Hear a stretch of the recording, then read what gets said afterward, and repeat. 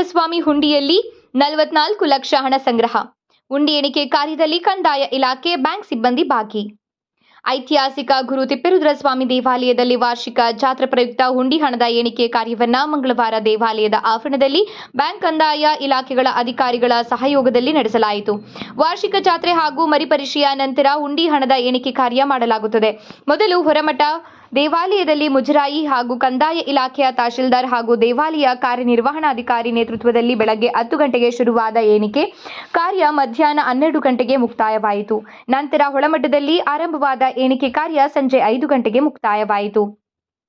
ಹೊರಮಠದಲ್ಲಿ 8,33,510, ಒಳಮಠದಲ್ಲಿ 26,71,990 ಹಾಗೂ ದಾಸೋಹದಲ್ಲಿ 8,93,990 ಸಂಗ್ರಹವಾಗಿದೆ. ಒಟ್ಟಾರೆಯಾಗಿ ಈ ವರ್ಷದ ಜಾತ್ರೆಗೆ ಮೊದಲು 43,99,490 ಹಣ ಸಂಗ್ರಹವಾಗಿದೆ. ಸಂಗ್ರಹವಾದ ಹಣವನ್ನು ದೇವಾಲಯದ ಕೆನರಾ ಬ್ಯಾಂಕ್ ಖಾತೆಗೆ ಜಮಾ ಮಾಡಲಾಯಿತು. ಇನ್ನಿತರೆ ಬೆಳ್ಳಿ ವಸ್ತುಗಳನ್ನು ಕಂದಾಯ ಇಲಾಖೆಗೆ ಒಪ್ಪಿಸಲಾಯಿತು ಎಂದು ಶ್ರೀ ಗುರು ತಿಪ್ಪೇರುದ್ರಸ್ವಾಮಿ ದೇವಸ್ಥಾನದ ಕಾರ್ಯನಿರ್ವಹಣಾಧಿಕಾರಿ ಮಾಹಿತಿ ನೀಡಿದ್ದಾರೆ.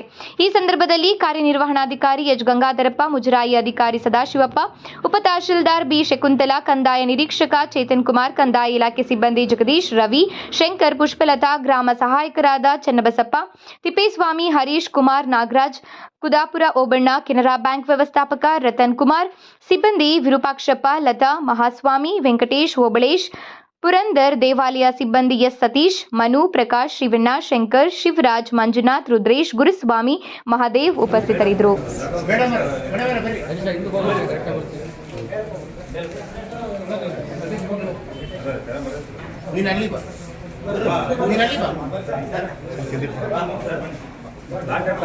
ಹಿಂದಕ್ಕೆ ಬಂದಷ್ಟು ಬರುತ್ತೆ.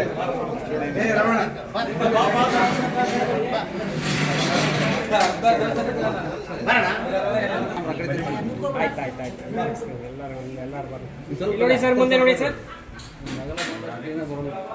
ಮುಂದೆ ನೋಡಿ.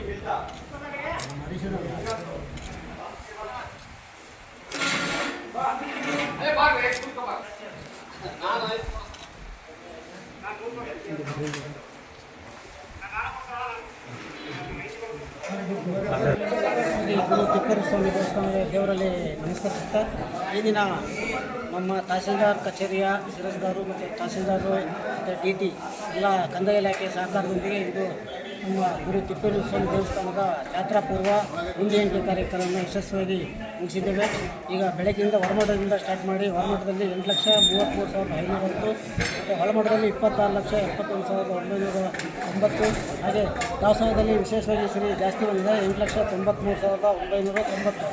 ಒಟ್ಟು ಇವತ್ತು ಹುಂಡಿ ಎಣಿಕೆ ಕಾರ್ಯಕ್ರಮದಲ್ಲಿ ಬಂದ ಮೊತ್ತ 43,99,400 ಇಷ್ಟು ಈಗ ಜಮಾ ಆಗಿದೆ. ಈಗ ಬ್ಯಾಂಕಿನವರಿಗೆ ಈಗ ನಾವು ಹಸ್ತಾಂತರಿಸಿದ್ವಿ. ಅದನ್ನು ಬ್ಯಾಂಕ್ನವರಿಗೆ ಹಸ್ತಾಂತರಿಸಿ ಅದನ್ನು ದೇವಸ್ಥಾನದ ಅಕೌಂಟಿಗೆ ಹಾಕಿರ್ತೀವಿ. ಅದನ್ನು ದೇವಸ್ಥಾನದ ಅಭಿವೃದ್ಧಿಗೆ, ದೇವಸ್ಥಾನದ ಶುಚಿತ್ವಕ್ಕೆ, ದೇವಸ್ಥಾನದ ಸ್ಯಾಲ್ರಿಗೆ, ದೇವಸ್ಥಾನದ ಅಭಿವೃದ್ಧಿಗೆ, ಮೂಲಭೂತ ಸೌಕರ್ಯ ಕಲ್ಪಿಸೋದಕ್ಕೆ ಅದನ್ನು ಉಪಯೋಗಿಸ್ತೀವಿ. ಹಾಗಾಗಿ ಎಲ್ಲ ಭಕ್ತಾದಿಗಳು ಸಹ ಹುಂಡಿ ಎಣಿಕೆಯಲ್ಲಿ ತಮ್ಮ ಕಾಣಿಕೆಯನ್ನು ಅರ್ಪಿಸಬೇಕಾಗಿ ಕೇಳ್ಕೊಳ್ತಾರೆ.